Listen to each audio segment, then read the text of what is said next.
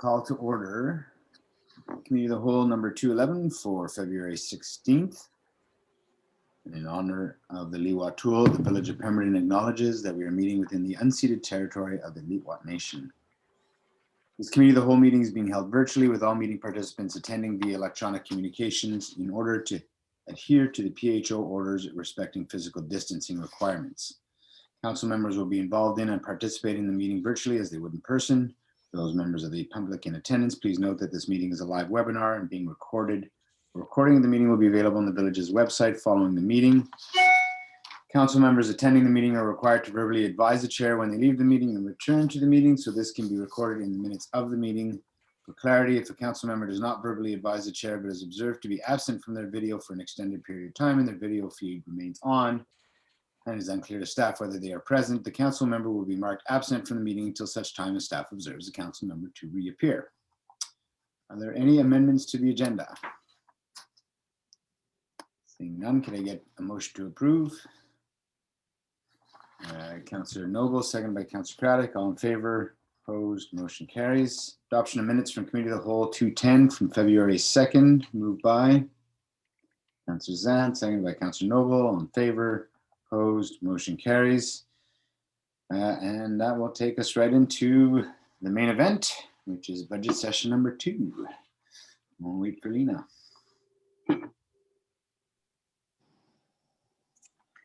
Good afternoon to Mayor and Council. Good afternoon, Lena. And we're ready for you whenever you're good to go. Perfect.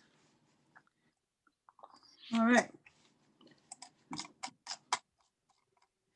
So we are here to present to the Committee of the Whole the second draft of the 2021 budget for review and comment. This is the second of 3 sessions scheduled, which will focus on the revised 2021 operating, approved capital, and project budgets. Taxes are shown with the 1.8% tax increase as noted from the previous meeting, and non-market change of 75,477 estimated from the consolidated roll or completed roll. This will be discussed during tax impact deliberations after budget is confirmed. Tax reserves collected are allocated as operational reserves up to 206,960. Water rates show 0 increase, and the sewer rates show a $40,000 overall budget increase as previous years. The sewer reserve has been reallocated to sewer projects up to 160,000 that will be reviewed today with the water and sewer budgets that we didn't get a time to discuss at the last meeting. So this budget on Appendix A includes the following projects that were discussed at budget session 1. There are a few items that are highlighted. Those are items that were added after budget session 1, so they could be discussed today if you'd like. Most of them are COVID related grant projects that we have identified to add to the budget. So for administration, we've added the Community Wildfire Protection Plan grant, the Community Emergency Preparedness Fund Cultural Training Grant, the Emergency Operations Center Training Grant.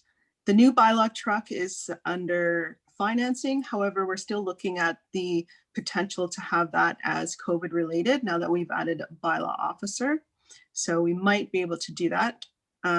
We have laptops and IT hardware identified under the COVID grant, the financial software online upgrade to the COVID grant, again, the 2-year term bylaw officer to the COVID grant. And in addition for admin, we have an update for the iCompass eScribe. So there's a new value there that has been brought forward that Sheena Fraser can speak to, the 2 potential products that were available. We will have that covered under the COVID grant for 2021, potentially 2022. But moving forward, there will be an annual tax requisition for that program. Would you like to discuss the iCompass, or would you like to move to the next department? Let's have a quick conversation about the iCompass that's needed here. Any questions or more information to add to that?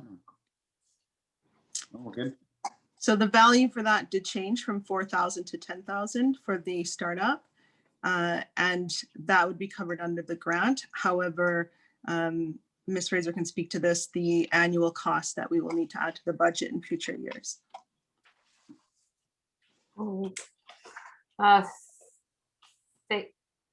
I think Councillor Craddock. Did you have your hand up, Councillor Craddock? Yes, thanks. I'm just wondering, what's the projected cost per year? It is through the mayor. It is approximately $7,900, I believe, for the year. We're still there's two potential operators or programs that we could look at. One is eScribe and one is iCompass. The eScribe program has more what we're looking for in terms of being able to facilitate cost savings through the agenda preparation program. And we figured there'll be quite a lot of time saving as well as cost, like from a staff perspective, from time perspective. But we're just trying to figure out which is the better option to go for.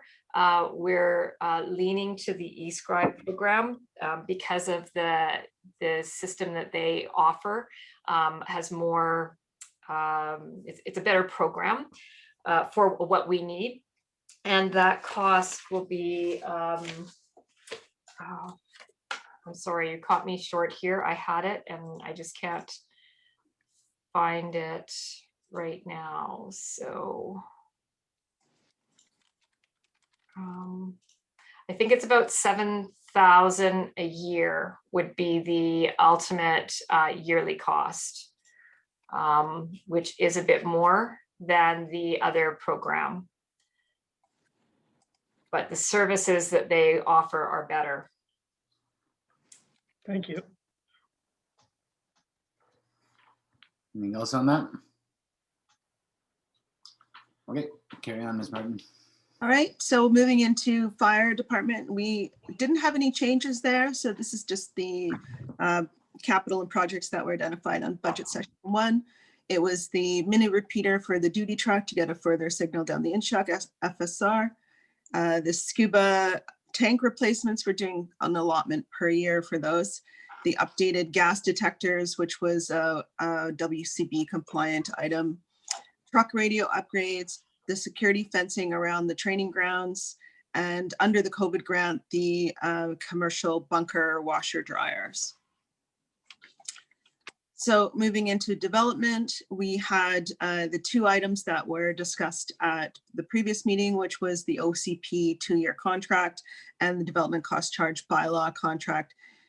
Then there was the addition of an online cloud permitting software that also has an annual cost. The startup costs would be covered under the COVID-19 grant. And then Ms. Pedrini can speak to the ongoing tax allocations for future years and discuss the grant if required. Or sorry, discuss the product if required. It's not a grant. You know the annual cost on that one? Ms. Pedrini is just coming in now. Okay.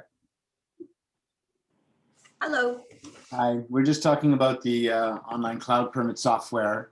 And one of the questions was annual costs. It's $5,000. And did you want to give us a little more information on it, or?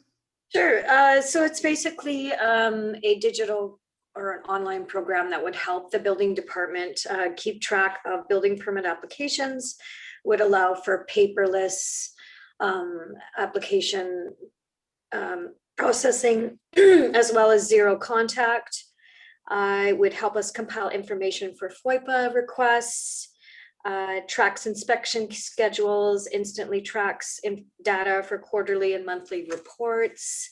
What else can I say? Zoning reviews can be done electronically, basically would help us avoid mistakes. And we could, if a real estate agent wanted to look at a file, they could be given a temporary code so they could get the information directly online. Builders can access the system to track multiple permits that they might have under their own name. And yeah, there's a bunch of benefits to us to this. I'm still just trying to wrap my head around. I haven't had a sorry, a demo yet, but our building department has and is very impressed and feels it would help us immensely to be more on track and yeah, be more efficient. Thank you. Any questions on that?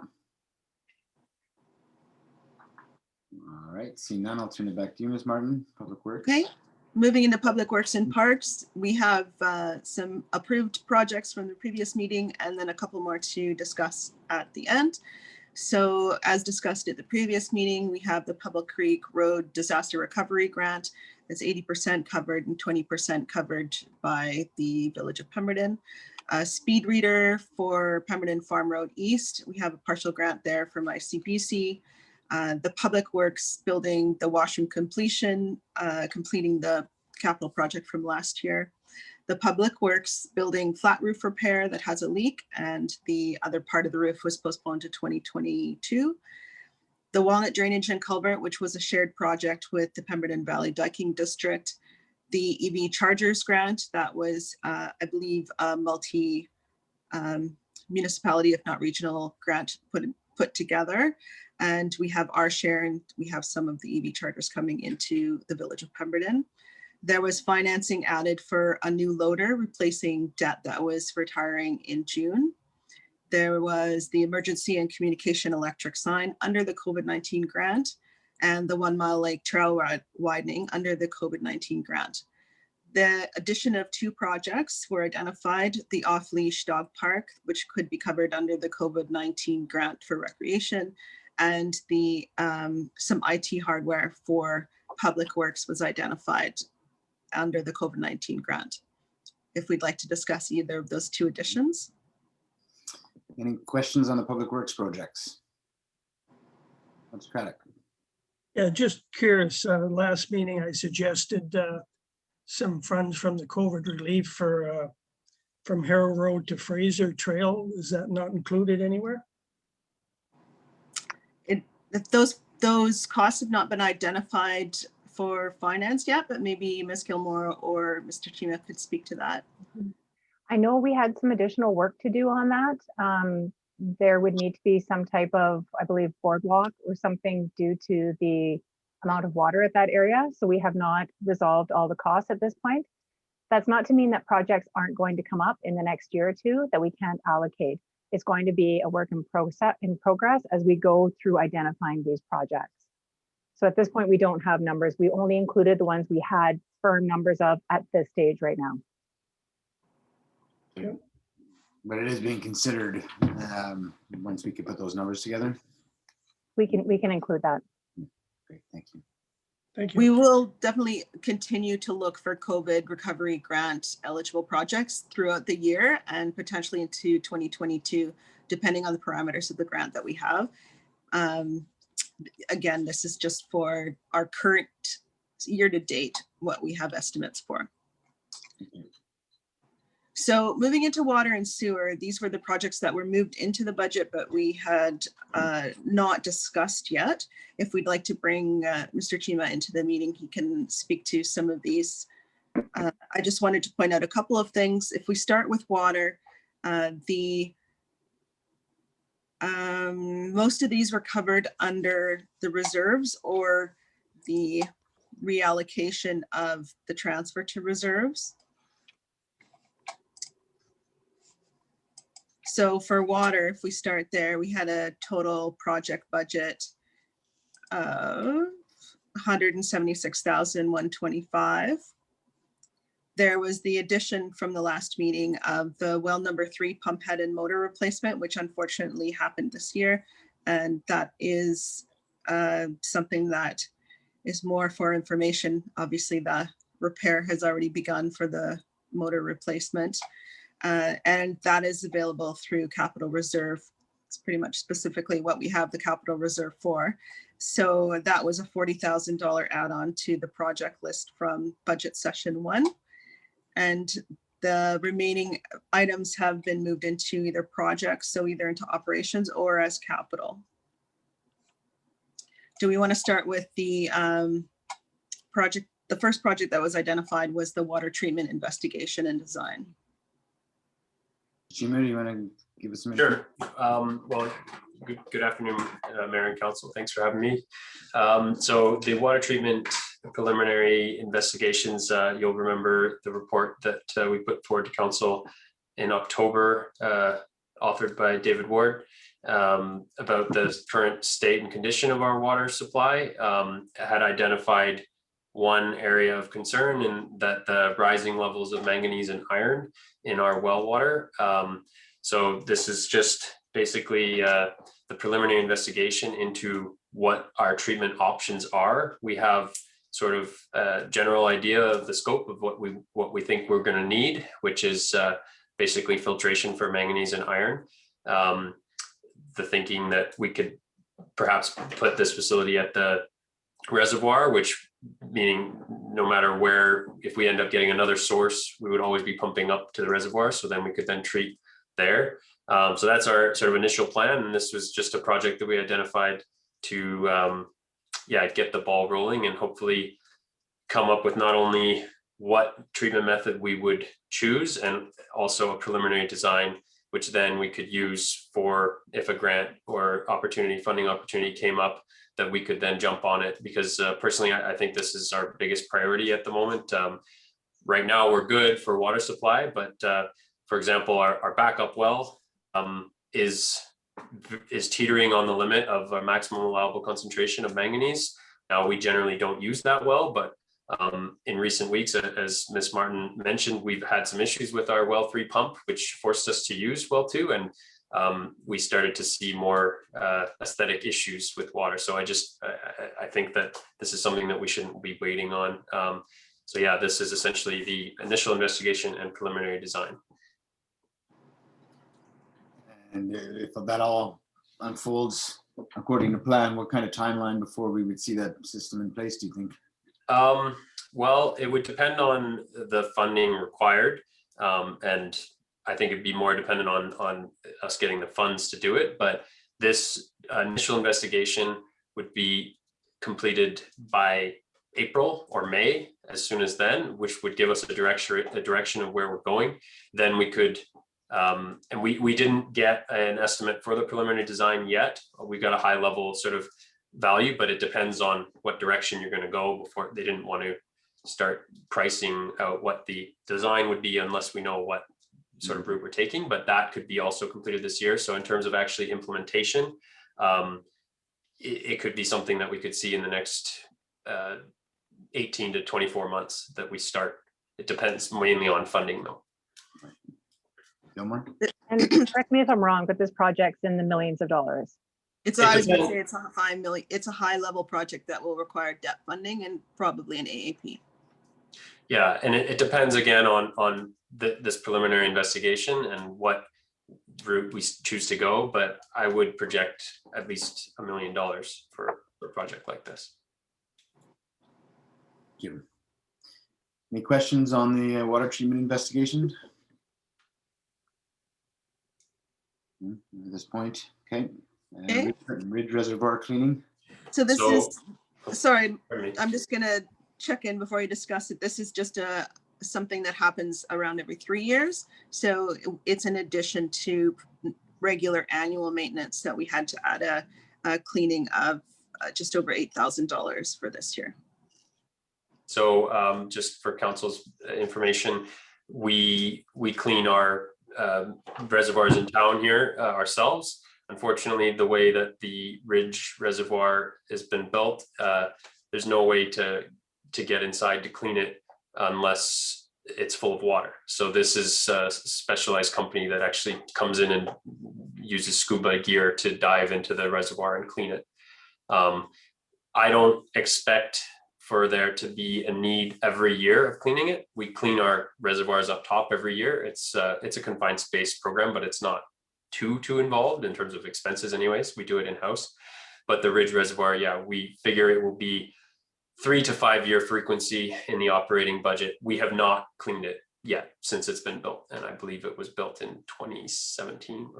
So we think that it's time to at least investigate into in fact, we got a price for diving just to inspect to see the condition, but we thought, and the value of that was not too far off of the cost of actually cleaning it. So we figured we would just hire them to clean it. If they find that there's not much buildup and there's not much cleaning required, then we'll probably not schedule the next one for another 5 years. Whereas if we find that it's been, I think, 4 years since it was put in, if we find that it's in, that it requires quite a bit of cleaning, that we would probably schedule it for 3 years from now. Sorry, Tom, Mr. Chima, what's the cost on that again? I think it was 8,125. Any questions on that? And the inspection, as I said, I think was 5,000. So it was sort of, you would then inspect and then have to pay the 8,000 to clean it afterwards. So we figured it would be just due for cleaning. And that's part of our whole greater system. I mean, I'm just sort of thinking aloud here, but I mean, it serves a specific area of our town, but I guess it's part of our greater system, so it gets encompassed in the greater costs. Is that how we look at that, despite the fact that it's just sort of centralized? Does that make sense? Yeah, it's the same way that general taxation comes from the ridge, but it's used for products for all of town. Right, fair enough. It's potatoes. Yeah, thank you. And it will begin to service more and more residents as the developments there get built out as well. Yeah. And as also the recreation site. Right. All right, thank you. So there was a couple more items that were just capital, but they were over our $5,000 operation limit. So that was for the analyzer and the flow meter replacement for $10,000 and $15,000. Those would come out of our capital reserve. Want to add anything to that, Mr. Chino? Sure. I mean, I can tell you all the nitty gritty details, but we'll try and keep it high level. Basically, chlorine analyzer, as you can imagine, it analyzes the chlorine levels, which is pretty important. We do have a chlorine analyzer right now in the fire hall, but unfortunately it doesn't see the same amount of flows as most of our system in town. So the chlorine values we're not finding to be that accurate, and it's a bit of a challenge operationally. So this is just to install one at the Eagle Drive PRV, which is already have housing for it and everything. So that would just be, as Ms. Martin mentioned, it's sort of, I would put that in our operating budget, but it's above the $5,000 mark, just barely. And then the second is the flow meter. This one is, I'd say, very critical, where it's just malfunctioning. I think it's reached about 10-year lifespan now, and it's just due for a replacement. And this is to read the flow from the well. So basically all of the water that we're pumping out of the well, it's pretty important that we know that, not only for chlorination and treatment purposes, but just for usage. As I mentioned, that report that we had presented last year around our aquifer health, it's largely based on the flow rates that we measure, and we're finding the flow rates are now not adding up. And so and we've investigated the flow meter is the cause of that. So it's pretty critical that we get a better idea of that, especially when we're looking towards treatment.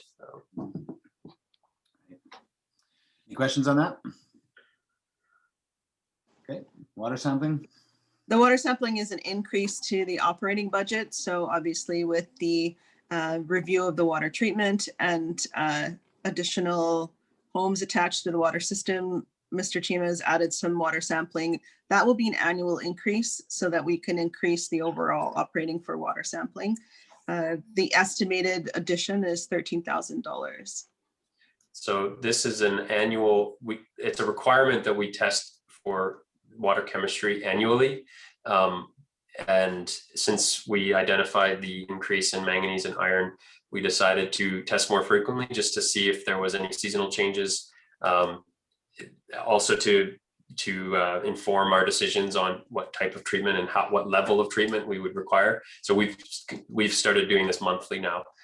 Basically, we take samples in, and it's not cheap every month, but it's necessary for that treatment process. And in fact, just meeting with the engineers about the treatment proposal that we discussed just minutes ago, they were quite pleased to hear that we started doing this back in June, because we'll have a year's worth of monthly data by the time they're sort of getting this report done. So otherwise that would probably postpone everything in the process, because they say they need at least 1 year of monthly, if not more frequent data. But yeah, so this is just to increase or to continue that increase that we already implemented last summer. And that'll carry on until we've figured out what kind of water treatment system we want to add for manganese. I'm assuming it'll carry on for a little while after while we test that system, and then would that decrease, hopefully, that cost? Yeah, I mean, the thinking would be that we would this is just to inform us and also to keep a close eye on it, because as I mentioned, we're getting close to the maximum acceptable limit. And this is just to make sure that we don't exceed it without knowing, because previously all our data, we have lots of good data that you might remember from that report that shows the graph of it increasing, but that's once a year. And so, yeah, this is basically to just get a better idea of, does it decrease in winter and then increase in summer? What's going on? What possible causes, and also what level of treatment? So once we were to put in treatment, this cost we would again just scale it back to once a year. And I'm sure that treatment process would have, quality checks throughout, just like we do with pH and soda ash, the addition that we do with the water currently. Yeah. Okay, any other questions on that? Right, well, number 3. So oh, sorry. I'm just pointing out the money wise. So this is just the additional pump that just recently broke, and the value for that is $40,000. Yeah. So unfortunately, as also part of the proposed measures with our treatment options, we mentioned about redeveloping all the wells just to see if that increases the efficiency, but also hopefully increase the quality. Following the redevelopment of well 3, which took place in December, they found that the pump had some wear, and we replaced it with one that we had on the shelf. However, there were issues with that pump, and essentially it would fault out after running for 20 minutes. So there's been quite a bit of troubleshooting going into this. We replaced the motor because there was signs of shaft slip on the motor. That didn't solve the problem. So essentially we're going to be rebuilding that pump. Although the rebuild of the pump takes 10 weeks, whereas we could just buy a new one and have it here next week. So, and the cost is almost the same. So we've decided to purchase the new pump. We're hoping to negotiate with the contractor because we do feel that somewhat this is related to the work that they did. There was no issues with these faults previously. So hopefully that value will come down, but that's the total cost of all the work that we've done to date, as well as what's to come. But that's not accounting for any mobilization costs that they might waive, which they've already sort of indicated they would do. So, right. Okay, questions about well number 3? Okay. So that's all of the identified projects and capital for water. If we just want to review quickly what that looks like for the water budget, with the allocation of reserves, we do an annual allocation of $324,000 each year, and we are utilizing just over $246,000 of this year's to complete all of those projects, and also to complete the genset that was moved forward from the previous year. We still have over $1 million in the water reserves, so it is still not too bad, and definitely reasonable with no increases in the water user fees this year. Maybe I'll make a comment on that now, sort of a general comment for the whole budget, but water being one of the specific ones. I think staff has done a really good job keeping a very tight budget, and I'll make a bigger statement about tax implications later, but I do worry a little bit, and I'm just going to throw it out there now as we go through this budget session number 2 here, but I'm glad we're keeping our tax rate down, and we'll discuss tax rate later, of course, but I'm glad we're looking to keep our tax rates low. We know that people are in difficult financial times. I do worry about depleting our reserves in some of these cost centers. We've been working hard and putting nickels and dimes away to try to build up reserves that didn't exist before, really. And we're going to be doing an asset management review, which I know will result in information telling us that we need to put a whole bunch of other money aside to protect our infrastructure moving forward. So I'm all for, and again, we'll talk about it in a general statement, but I just thought I'd throw it out here because we are dipping in water. And I do agree that like wellhead number 3, the gen set, those are things that we have set that reserve up for. So that we don't have to go to the taxpayers when we have to make these repairs and replacements. So I do agree with it, but it's just a general statement saying I'm a little bit worried that we're using capital reserves in a few spots throughout our budget. I just wanted to. I think that we're also set up within the budget to look at water and sewer rates review, which we are due for. The last water rates review expired in 2019, I believe, and we've never done one for sewer. Those user rates will most likely come back under the asset management review. That the part of the asset management review is a financial component that they will come up with for capital reinvestment and maintenance moving forward. And it will be I'm sure, a large increase to what we're used to paying. COVID obviously put us in a big spin where we're looking at keeping our budgets tight for last year and this year. It's not something we can continue to do. I agree. It's just one of those years. So, but moving forward, an asset management plan will put in place an estimated potential tax increases over a next set of years to get us back up to the values where we need to be to support and maintain our infrastructure that is continually growing across the community. I mean, our budget hasn't even gone up CPI over the last couple of years, really. So we're providing, overall, so we're providing essentially the same services for a greater population with essentially a lower budget. And that's a tribute to the staff keeping the budgets very tight. Again, all in sight of COVID and the financial situation we find ourselves in. So the rules have changed, there's no question. And as much as I want to continue protecting our taxpayers right now, I also want to make sure we don't set ourselves up so next year, the year after, that our taxpayers are going to get hit really hard. So I don't have a solution. I agree. And this is more just discussion. And it was just something that went through my mind a lot when I went through the budgets. Yeah, it would be excellent to bring up at tax implications, potentially adding in a little bit more this year, since we only have a 1.8% identified. Maybe we could do 2 or 3 and have a little bit of money go to capital this year. I agree. The potential is there that we will see quite a large increase over the next few years if we don't support our infrastructure a little more with reserves. Yeah. Thanks. Any other comments on water before we move to sewer? Do we want to, Ms. Martin, would you like to have a resolution just of support of the capital projects as presented? Similar to what we did in the previous meeting, just to confirm from the committee? We're going to do it for all of the departments because we haven't done any of them yet. Well, we did. Is this for the whole, is that for the whole water budget or just for the capital items?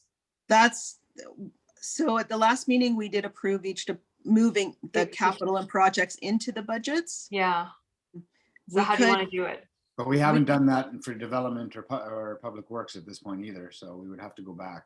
So I think the question from Ms. Gilmore was, can we do all at the end of this presentation, can we add all the new or look for a motion to add all the new projects into the budget?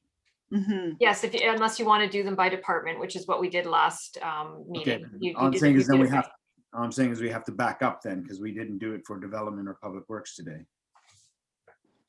Well, if we're already covered. No, there are additional projects. Why don't we just finish sewer and we can go back and see what we need to add to the budget. Okay, sorry. Just trying to make sure I don't miss anything. Any other questions on water? Okay, sewer.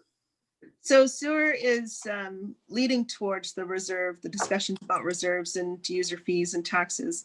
Sewer, if we do identify all of these projects to sewer, it depletes our sewer reserves, both what we're collecting this year and what we had in the bank as well. So keeping that in mind, at the same time, I'm sure Mr. Chima will have discussions about all these sewer projects being fairly imminent. So, and then the addition, there's also a request for some new debt, which is the industrial park generator. I just lost my connection, so I'm going to maybe speak to this, but maybe not. Ms. Gilmore, would you be able to pick up talking about the projects until my internet comes back up? Yep, and if I could just add a couple of notes just to identify, as Ms. Martin mentioned, we did do a water rates analysis several years ago that expired in 2019. So we have slowly been building that reserve, and it's been increasing by about $54,000 each year until we reached about $360,000. So Mhm. we had not done anything similar to that with sewer. I believe it was last year that we increased sewer rates for the first time in 5 I years, think, probably. yeah, maybe it was the last two. We've been might have doing been, a yeah. $40,000 Okay. increase each year. Yeah. And my internet just came back up. Let's see if it's going to work. I don't want to touch my computer, but I think we're at 160 this year. So this would be the 4th year. Yeah, so it's not, we've started realizing, well, we realized long before, but we started actually putting aside some money for reserves. So it's definitely not in the same state that water is. I just wanted to flag that. That's why we've depleted it. Is your internet up? Are you good to speak to the project? It's going really slow, so I no promises, but it's working, and we'll just keep going. So we'll start. This is a project that was carried forward from the previous year. So that was the village-wide SCADA upgrades that Mr. Chima can speak to that. Yeah, this was postponed as part like this. We were planning on doing it right around when COVID came, and so we did towards the end of the year start to work on it. But this is just kind of carried over. It's to bring all of our sewer, and actually we have a portion for water as well to be on one communication system, and that's secure and has a centralized server within a safe environment. And do you want to just mention, so this will be sort of a one-stop shop. So staff aren't necessarily having to go to all the sites. They can sort of open up sort of a database or some kind of whatever current live system, and to be able to see if there's issues and where to go to troubleshoot. So it would be largely for responding to alarms. We also incorporated a small amount for like an app on the phone that you can log in, see the pump run times, etc. But also the most important thing is probably the data collection. As it is right now, we take some data down by hand. We jot down some numbers of how long the pump runs, but this system would log data for basically anything we want. And that just, I'm a data person. So if you don't have data, you don't have any information about maintenance that needs to happen or improvements that need to be made.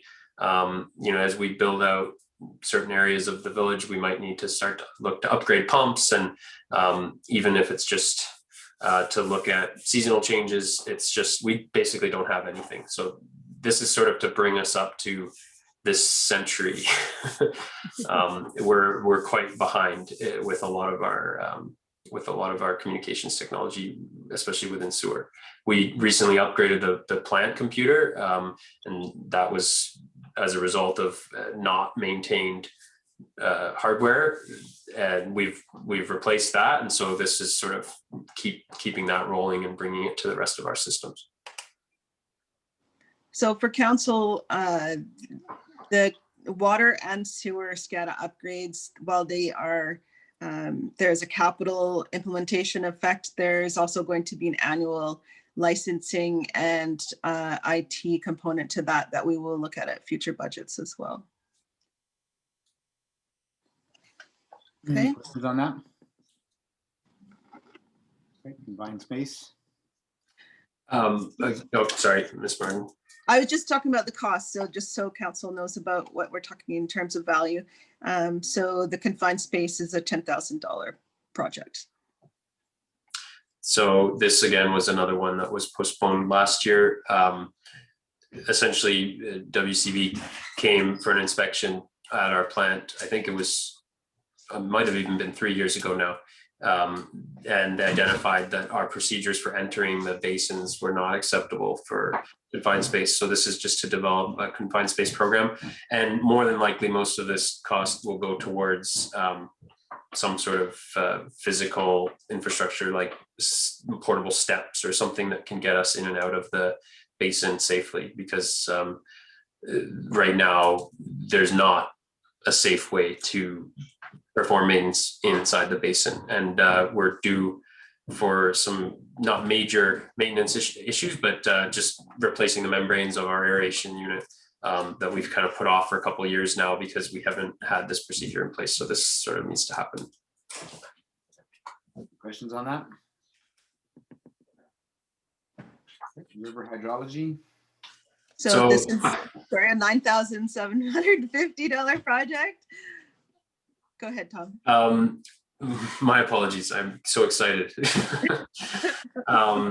The next two items are related to the outfall issues that we had last year. This item is to do another river hydrology survey, hydrological survey, to look at the shape of the riverbed and to see the performance of the work that we did. Now, I believe I mentioned previously that very shortly after the excavation of the outfall diffuser ports, we found it filled back in, but we just want to see now a year after the fact, what does it look like? And this was the same consultant firm that performed the design for that. So they would just come back in and do some more surveying of the riverbed. Questions on that? Okay. Two variable frequency drives. Oh, we've got the addition of the wastewater treatment plant basin maintenance. So that was a $10,000, I believe, basin maintenance, $10,000, $10,626. Not something we've done annually. So there's just an addition to that maintenance for the treatment plant. And so this was an estimate that I got from a contractor to basically do the basin maintenance in absence of a confined entry program that we can do it ourselves. And this is to get basically a back truck in and clean the whole basin out. So given that we've put it off for a couple of years now, it's going to be more involved than we would normally do in our annual maintenance. So yeah, this is to have a contractor do it. And then also it takes the pressure off a little bit on the confined space because they would have their own confined space program in order to enter in their own equipment. So I was hoping also we could kind of see how they do it and then emulate that in our program. Right. Okay, the variable frequency drives, so $10,000 or two. This is more of a sort of just regular maintenance type of issue. We just had a couple variable frequency drives fail in the last year. We always keep spares, but now our stock of spares is exhausted. So this would be to replace. In fact, one variable frequency drive failed last year, which we had to sort of do in an emergency replacement. There's a second one that's of the same era of when the plant was built, 2004. And in fact, the contractor who replaced the one that failed said, wow, this is still running. These things usually last 10 years. So it's coming on 20 years now. So we were thinking we would replace that one and then get a spare so that we have two new ones and then one on the shelf in case something unexpected were to happen. Okay. Any questions on that? Environmental monitoring. So this is a bigger project to discuss that has a future impact that's also measurable. This year, the estimate is going to be $46,000 and future years looking at around $35,000 annually. But I'll let Mr. Chima speak to that. That's something that's been outstanding for a while. No, we did present this, I believe, last year as coming up as part of the Ministry of Environment's inspection of our wastewater treatment plant. They identified that there is no environmental monitoring program, which basically entails going into the river and taking samples of the river water and seeing the concentration of biological matter that's coming from the plant. So ensuring that there's proper dilution, there's not pooling in certain areas of the river that would have environmental impacts. Now, unfortunately, this is a requirement according to the Environment Protection Act. we actually postponed it last year because of the outfall issues. We contacted the Ministry of Environment and said, well, look, this is not going to be an accurate representation of the diffusion of our effluent because our diffuser ports are buried in sediment. We probably would have got a really good score actually, but it was something that, you know, it didn't make sense to do. We had initially planned on doing it last year. This cost, as Ms. Martin mentioned, the 40, I think it was actually, it came in less than that, 40, they decreased it because they had some snow clearing item that we said we could do ourselves, but that's to develop the program and then also perform the sampling. So it involves them getting in a boat and having an environmental technician. Unfortunately, also according to the Act, it's not something we can do ourselves. It has to be done by an accredited environmental engineer. So we're kind of handcuffed on this. Now, we did argue with the ministry because our effluent, the BOD levels in our effluent are so low, are much lower than the requirement in the river. And so our argument is that, well, it's, you know, the pure effluent that's coming out would not possibly become concentrated enough to reach the limit that, and further, they wouldn't be able to shut us down. So they did say that after a couple of years of this sampling rate, which involves 5 samples being taken within a month, that they would consider perhaps scaling back the sampling that we would require. But until we have 2 years of data, they will require that program, which as Ms. Martin mentioned, would be another $35,000 next year, with the hopes that we can present the data and say, look, we have almost zero for this level. Can we scale back to every few years doing the sampling? And they did indicate that they would consider that. So the hope would be that this wouldn't be an annual cost. Any questions? Yeah, that was sort of my thought, was that we measured at the outflow, and we know what our percentages are at the outflow, our ratios are at the outflow. So, but well, and it's unfortunately it's a blanket requirement that they have now, and it depends on the river and where your outfall goes. And I think in our case with the Lillooet River, there's never going to be an issue. The flows there are so high and the water volume so great, yeah, that the effluent would be diluted and it wouldn't pool or accumulate in certain areas. But unfortunately, this is their requirement, and we tried negotiating with them, but they said until we can prove that that it's not, then we have to do it. Gotcha. Okay, thank you. Industrial park generator. So this is the final, this is new debt for $100,000 generator for the industrial park. And the debt would be acquired after budget was finalized, so around June. So this year's allocation is around $12,000 with an annual allocation just over $20,000 to repay over 5 years.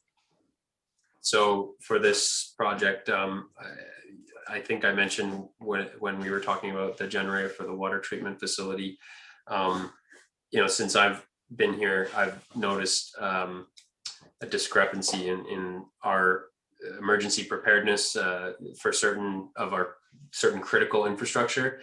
Now, the industrial park lift station in the past has been not very, the pump rates have not been very high. It's not been used to the size that it's been built. However, in recent years, we've seen a major increase in flows from that lift station. And now when there's a power outage, we become dangerously close to having sewer overflows.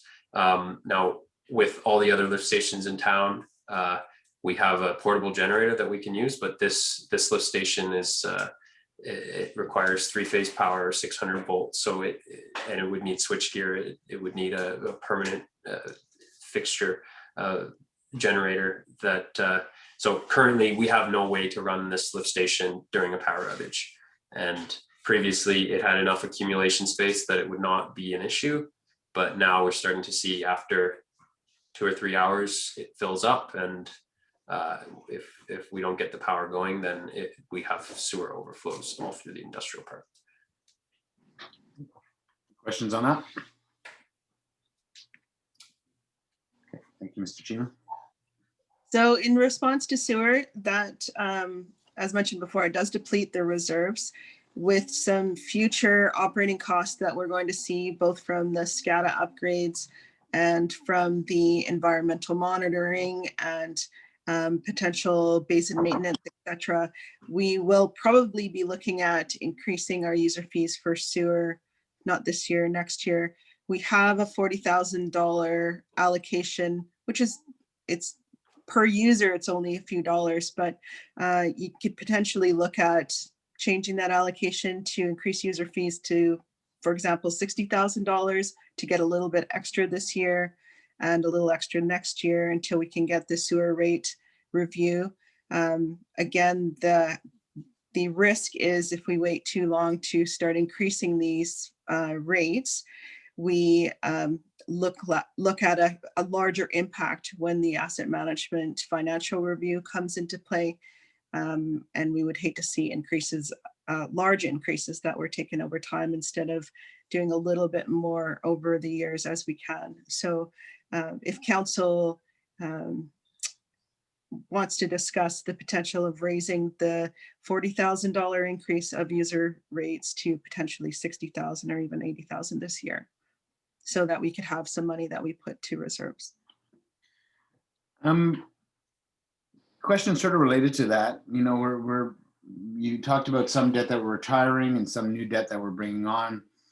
For this department and in general, what does our retired debt this year versus new debt look like?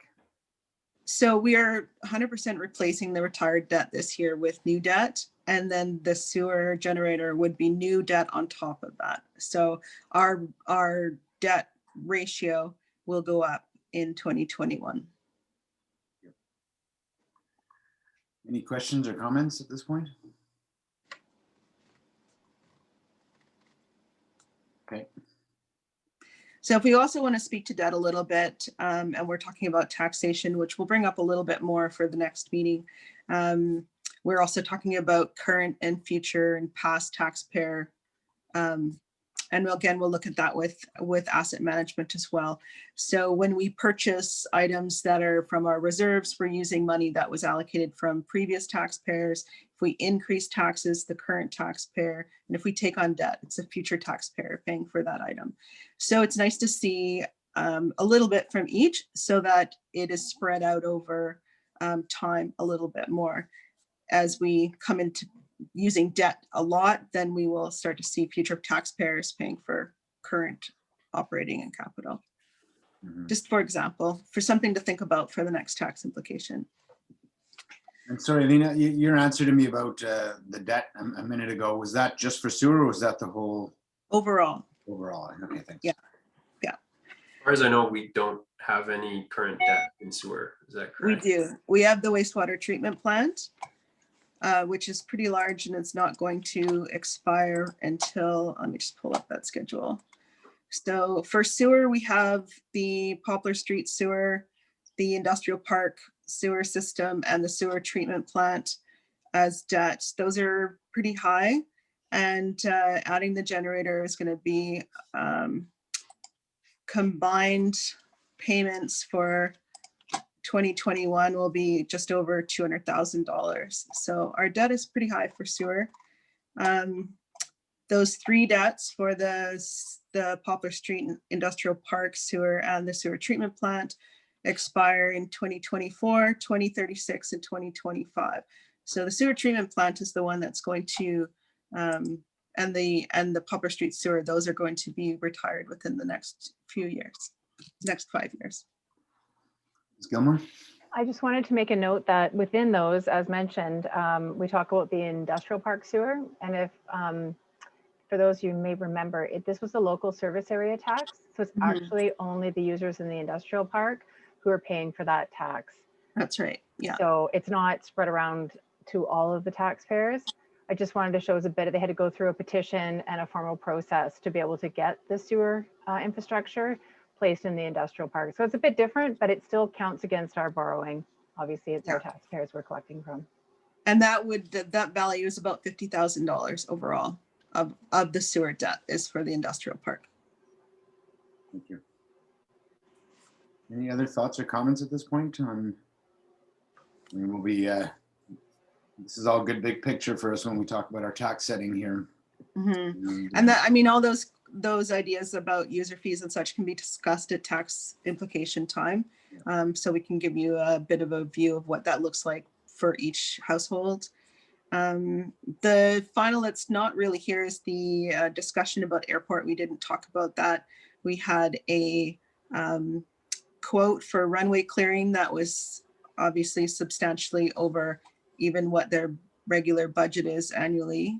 And I'm not sure that any further discussions have been made in terms of recovery or having the users at the airport pay for the snow clearing. But if you'd like to bring that up for discussion with Ms. Fraser. Anybody have any thoughts on that? Go ahead, Councillor Craddock. You're on mute.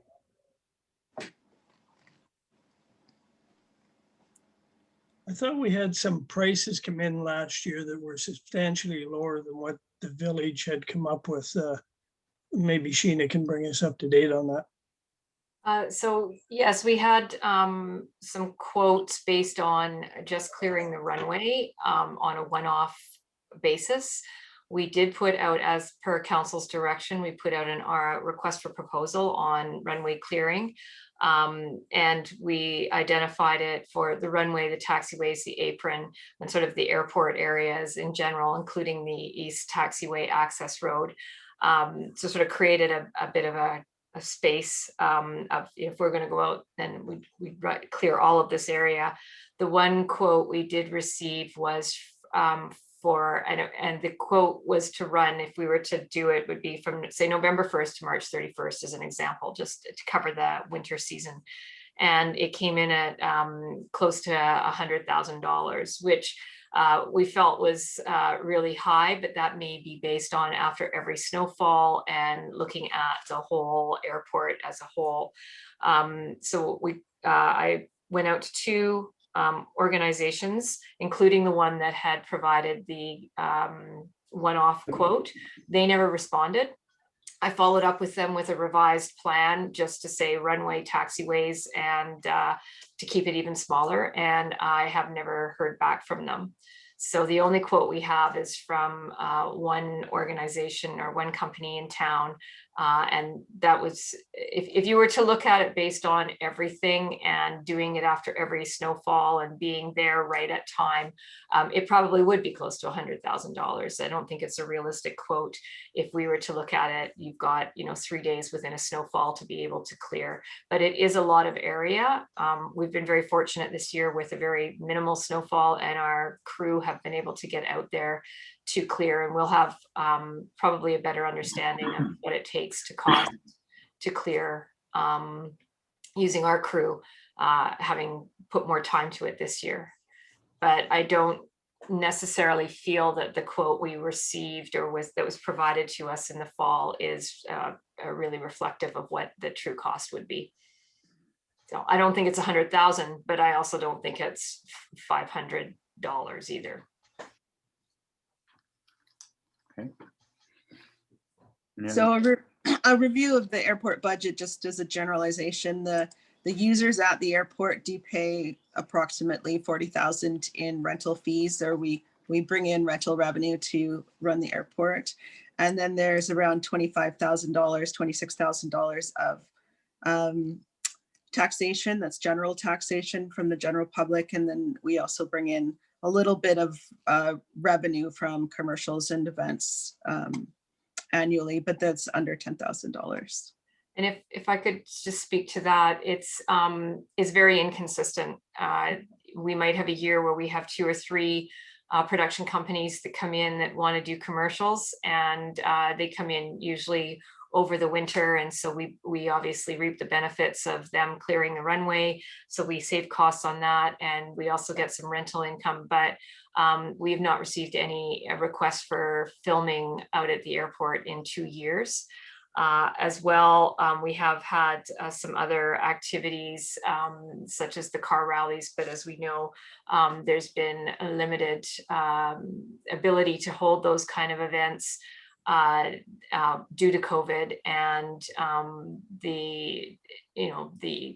we're not, although we're receiving requests, they're not practical at this point, and given our current situation. So we anticipate that the revenue that we receive from other sources is going to be not as significant as it, or not as robust as it has been in some years. So it very much, we might get $2,000, we might get $10,000. You can't count on it.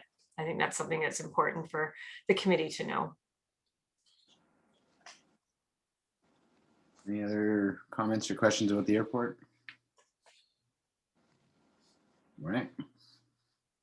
Okay, moving forward, we just wanted to identify that we do still have some reserves going this year. So we have some reserves being put away for both water and for the fire department.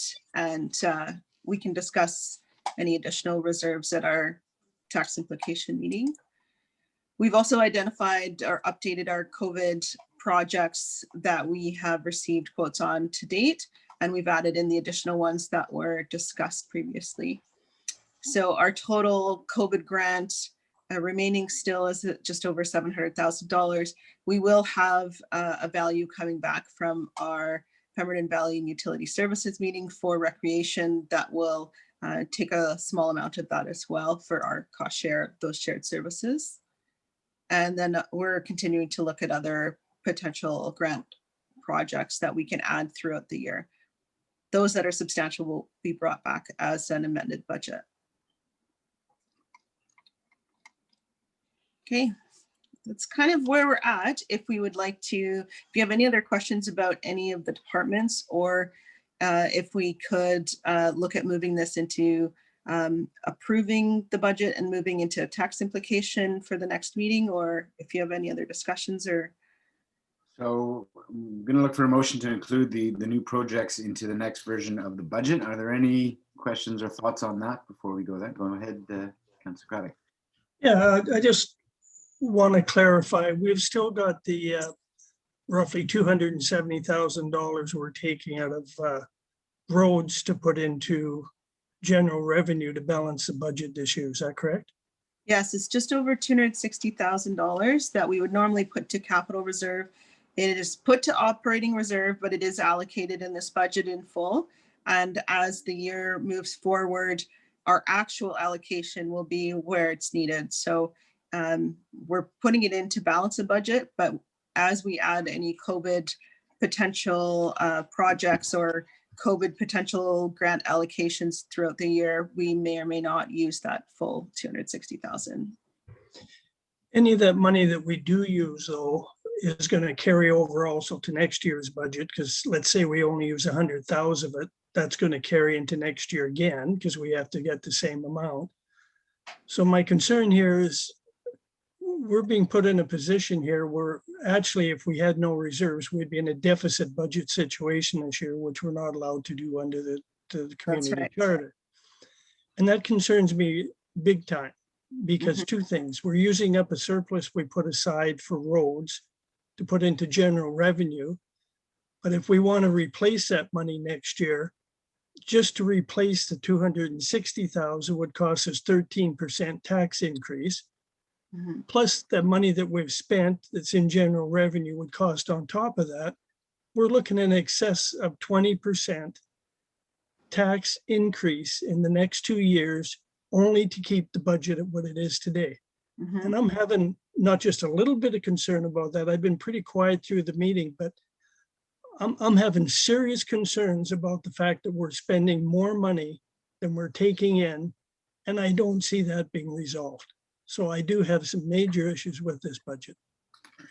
I think that's along the lines of what I was speaking to earlier, is the fact that we last year said let's stay at 0%. So we pushed projects from 2020 to 2021. We pushed projects from 2020 to 2021 because we wanted to keep a completely flat budget last year. This year, again, we'll discuss what we're wanting, but what's being presented is a 1.8% increase, again, with the intention of trying to keep taxes low at this time. But that's my concern, is last year and now this year, 2 years in a row of that, we're falling behind. You know, our operating costs are going to continue increasing as we continue to grow, as there's more provincial downloads on us. You know, manganese is a brand new thing that we have to now monitor and spend thousands and thousands of dollars to deal with, whereas before it was aesthetic. The environmental investigation for the sewer output, I'm not necessarily against them, but I'm just saying these are things that are new costs that are coming on. In normal times, I think the discussion right now for this budget would be, okay, what do we increase the taxation by to continue to keep up with? But we're not doing that because we're trying to keep taxes low. And again, that'll be part of the tax implication, but I don't think it's a reflection of the budget. We've gone through the budget and talked and looked at operation in these first two sessions. We've talked about all the projects. The projects that have come forward for the most part are either being covered on grants of some sort or are all stuff that we've been taught, you know, has been presented to us. And I haven't seen a lot of them that are sort of fluff. Pretty much all the projects in every department are pretty crucial and or carryovers from last year. So we're also falling behind on potentially on keeping up on our departments, on our infrastructure and all that. So this, I think, I agree with you. I have the same concern, Councillor Caddy, but I think it's more a product of us fighting to keep our taxes low for 2 years when costs are increasing around us. Like I said earlier, we barely even kept up with CPI over the last few years. And not only has CPI gone up, but all these additional costs that could keep coming to us. So that's one of the reasons I keep pushing for the COVID grant, to try to find whatever we can there, like we all want to. But again, I think I don't disagree with your comments. I think it's more a reflection, though, that we've tried to be very conservative in our tax increases these last year and now this year. Under normal circumstances, I would have assumed we would have looked at anything from a 5 to whatever % increase last year, and then again this year, and we would therefore be keeping up a little bit better. But that's the place we find ourselves in, and it's a real tug of war. We're going, okay, well, we're still in a pandemic here. People are still suffering financially. We're trying to manage that load, but I worry about us falling behind as a community as well. So Yeah, thank you for bringing that up, both Councillor Craddock and Mayor Richmond. We are heading down a road with the, you know, it's more than the last 2 years. I think the last 5 years, we've been very careful about the kind of tax increases we brought forward. I think we only had 1 year that had a 5% tax increase, and the remaining years, we've always tried to keep it at 2 and 3%. And that doesn't keep up with CPI. It definitely doesn't keep up with growth. It doesn't keep up with our asset infrastructure maintenance and replacement. So our future, we do need to look at the potential of some tax increases and probably some major tax increases. It's good to start having those discussions now and be very aware that that's coming down the line. We will see a good breakout of that with our asset management plan that comes forward, and the financial impact of the infrastructure, both with the development that's brings on infrastructure. So while the developments are built and they build the capital infrastructure and we take it on, so we are adding maintenance from those capital infrastructure add-ons. And then we are also adding our own capital infrastructure improvements and breakdowns and improvements. So our assets are growing overall, and they're going to take maintenance and replacement costs moving forward. And then of course, you know, we can't always keep it at 2%. I think that if you look across the board to other municipalities, the average increase is 5%. And I think that where we haven't been able to do that in the last 5 years is going to really affect us in the future years if we don't take a hard look at setting some standards of increase. That said, this year we can accommodate a low tax rate for the support of the community in a rare year like this that it happens. We do have some reserves that we have put aside that can support the budget for 1 year as on a temporary basis. Or we could look at, again, with tax implications, I'll bring forward both what does it look like for 2% or 3%, and council can decide what that looks like for the users for this year. And potentially we can not utilize all of the operational reserve in the budget. We have gone lean the last 3 years. We've actually reduced service to make our budget. So whether that means postponing maintenance, postponing capital, what that is a reduction in service to keep a tax rate low, instead of, you know, we're tightening our belts, yes, but we are actually reducing service. So we have to keep that in mind as well. We're not able to replace equipment on the time frame that it's stated to us. So if it says 5 years, we're stretching those to 5 and 10 years. So all of those things will be identified again through the asset management plan, but that's some of the things that we need to be aware of. You look at this year alone, too, just or you look at this year, the DCC and the OCP review is $125,000 hit right there to our budget. You know, That's pretty conservative, actually. We think that will probably, that's pretty conservative for OCP budgets. Yeah. Exactly. That's a pretty low number. We've all agreed that this project needs to be done. The OCP needs to be reviewed, and especially in face of all the change we're seeing. So I'm just saying there's a cost to that, obviously, and normally in normal circumstances we might discuss it differently. Councillor Craddock, go ahead. Yeah, thanks. So I guess two things come to my mind. Is there any way that we can send the budget back to administration to go through again and see if there's not some dollars we can put aside in there that we don't have to use the whole reserve up from roads? And the second thing is, and Lena, I'll kind of lean to you on this, but if the average person in town is paying property taxes of roughly $2,000 a year, we increase it 5%. That's about $8.45 a month. And that only brings us a small amount of money. That's only $100,000.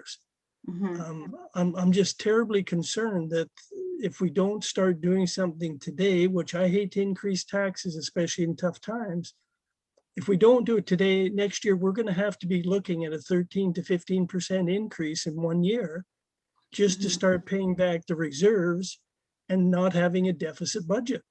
We're pretending this year we don't have a deficit budget because we're using reserves from roads. And I think that's wrong to do that. I've never been the kind of person that wants to see us spend more than we're taking in. And if our only income is from the taxpayer, we're in a bad situation.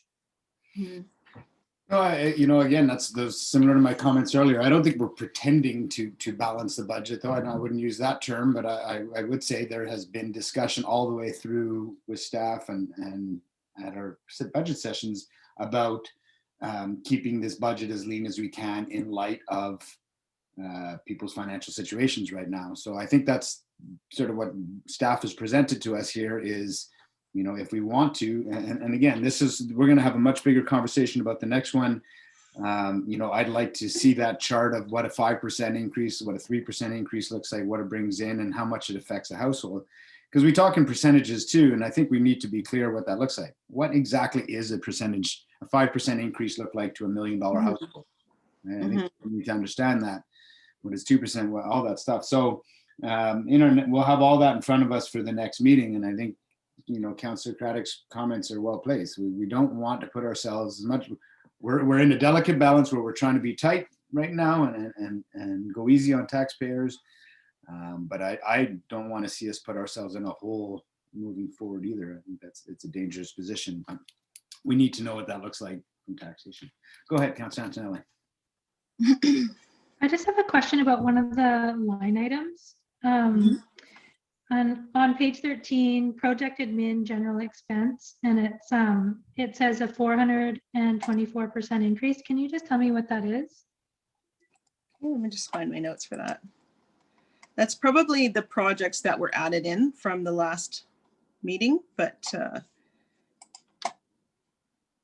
not the 400,000. Do you know, does it show the account number that you can tell me that you're looking at? The last four numbers are 6170. Do you know the middle ones there? It'll tell me the 0121084006170. Okay. So that budget was 127,000, and that was the addition of 2 projects. So we have the remaining economic development strategy that's coming out of gas tax. And then we have the community wildfire protection grant, which was $125,000. So that is mostly the CWWP grant that was discussed at session 1. And that is covered, I believe, about 70% or 80%. Oh no, it's covered 100%. 100%. Yeah. Oh, okay. So you'll see the offset. Yeah, just on what. Okay. Just what we've been talking about, the potential for a large tax increase in the coming years. I think last year there was a lot of uncertainty about how the pandemic would affect everyone's employment. And I think, you know, going for the zero tax increase was really important. I think now that we like to think partway through the pandemic and we have a better idea of what the impacts are and how everyone's employment is impacted, I think that perhaps we could have a slightly larger increase than 1.8 if, you know, as Councillor Craddock's saying, we have to pull so much from the reserves to balance the budget. So I don't know exactly, you know, what that would be, but you know, 3%, or maybe we could have that discussion, still keeping it small, but just a little bit more flexible. Well, that's where we go from here, Councillor Antonelli. Right, the next budget session will be centered around that conversation. It'll look at, you know, if there's any questions around debt, as Ms. Martin said earlier, we'll be able to look at which taxpayer, in past taxpayer, current taxpayer, future taxpayer paying in terms of loans. But exactly what you just said, the big conversation will be, what does 3% look like? What is 4%? What does it bring us? And therefore, how much do we not have to use of reserves to make this work? So, yeah. No, we do have the general review that is a 1% tax increase only allocates us $18,300. So obviously that's a minimal hit to our taxpayer. So it is good to look at dollars rather than percentages. It's hard to say, you know, 5% or even 10% potentially. What does that mean to a taxpayer? Like previous years, we'll bring forward 2%, 4%, 6%, and 8% so that you can see what that looks like on a taxpayer. I do think that we're looking for substantial increases higher than 3% in future years if we don't start to consider it. And I think it's great to hear that council is ready to have those discussions and look at those impacts. Okay, any further or last comments on that before we look at some motions and the future meetings? Okay, go ahead, Councillor Craddock. Yeah, I'm just wondering, Mayor Richmond, do we need to have confirmation of each of these today, or can we leave it till after the next meeting and we see what the tax structure is? I just want some direction on that.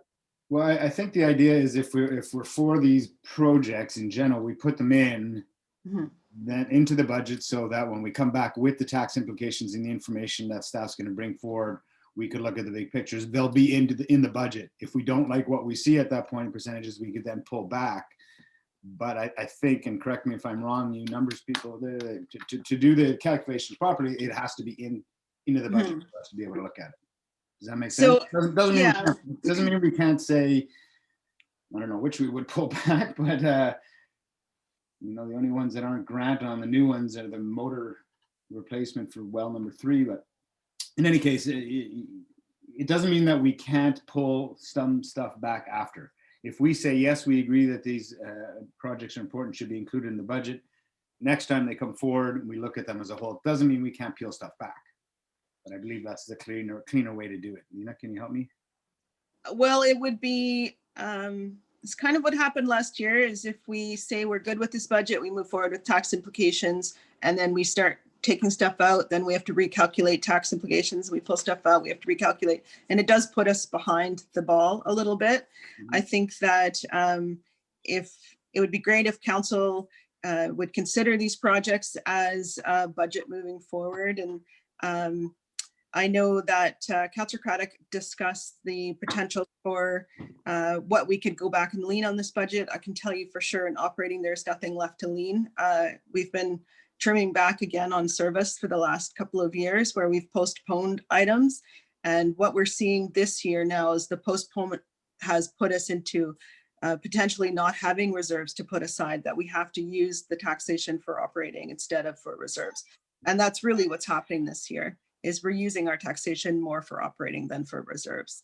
So the only way to reduce this budget would again be to decrease service by postponing certain capital or postponing projects. And that puts us even more behind the ball, which is a future implication on taxes, because, you know, if we're coming to a head now with a lot of those projects needing to be completed. So it's just kind of where we're at now. We have all these projects that we've put aside that are pretty critical, quite a few of them. We've covered a lot of our bases with grants, and the tax requisition is low, but we are using taxes for operating instead of for reserves. So the tax implications, I think the conversation that's going to happen at that meeting would be great to say that, you know, potentially council could see a higher tax increase and we can add the reserves back in.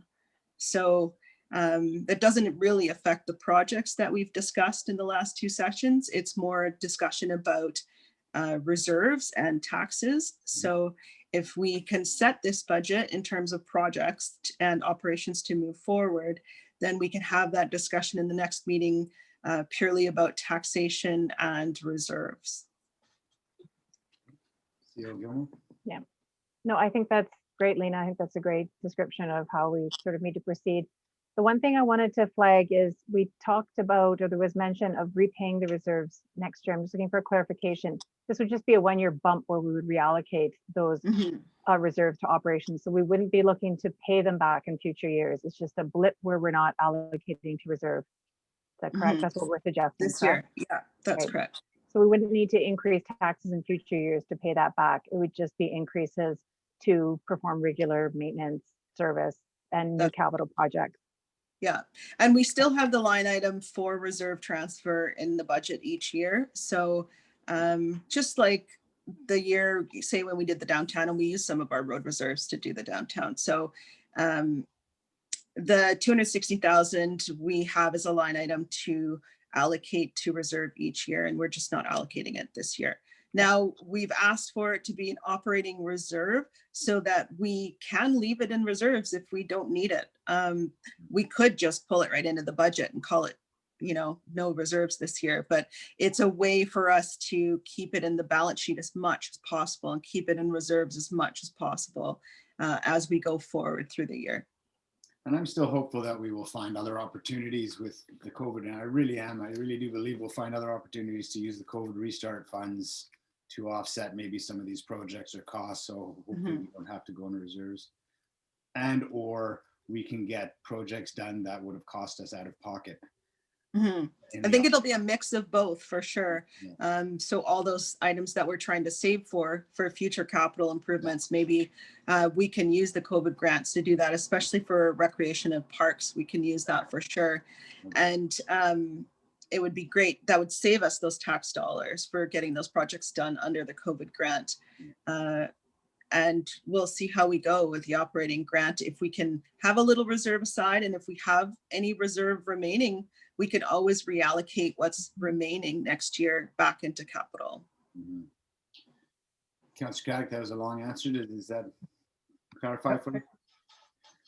Thank you. Any other questions? Would somebody like to make a motion to include the new projects as presented into the next draft budget? Make the motion. Councillor Noble, seconded by Councillor Zant. Further discussion? In favor, opposed? Motion carries. So that'll all go in. We'll have a look at our tax implication and have a good, long, tough conversation about it. So did you want to just take us through the next steps of budget here before we wrap it up, Lena? Sure. I Let's see see. your timeline chart. So yeah, so we talked about the potential for additional COVID projects that will be identified as we go through the year. We obviously still have a large grant available, and we also can look at how long we can extend that. Like, we need to see that our COVID grant recovery can go into 2022 as well. Obviously, COVID is still ongoing, so they may allow an extension of that grant spending. We're also still waiting on a couple of projects. We looked at the potential for reallocating. There's one of the things in the budget, potentially taking away the debt for the bylaw truck and doing it under COVID with the addition of the bylaw officer. So we're still looking to see if that will be accepted, but that would take, that would be a reduction right there of the operating reserve, for example. And then we have also have discussions, but we're still waiting for some more quotes and review of the boardwalk replacement that was discussed at the previous meeting. So I think those will be discussed as we go forward in the year, but it doesn't hold up the current budget as it is. And then we'll look at March 2nd, we're gonna bring back tax implications. So we can look at what that means for average household for 2%, 4%, 6%, and 8% tax increase, and what the effect on the operating reserve that makes for us. It won't make a huge impact on the operating reserve, but it would be nice to see a little change. We can also look at potentially increasing the sewer user rates from 40,000, increasing it a little bit more instead. As CO Gomer mentioned, we have around 324,000 of user fees that goes to water reserve each year. And with the addition of 40,000 in sewer, we're only up to 160 in sewer this year. So we might want to increase the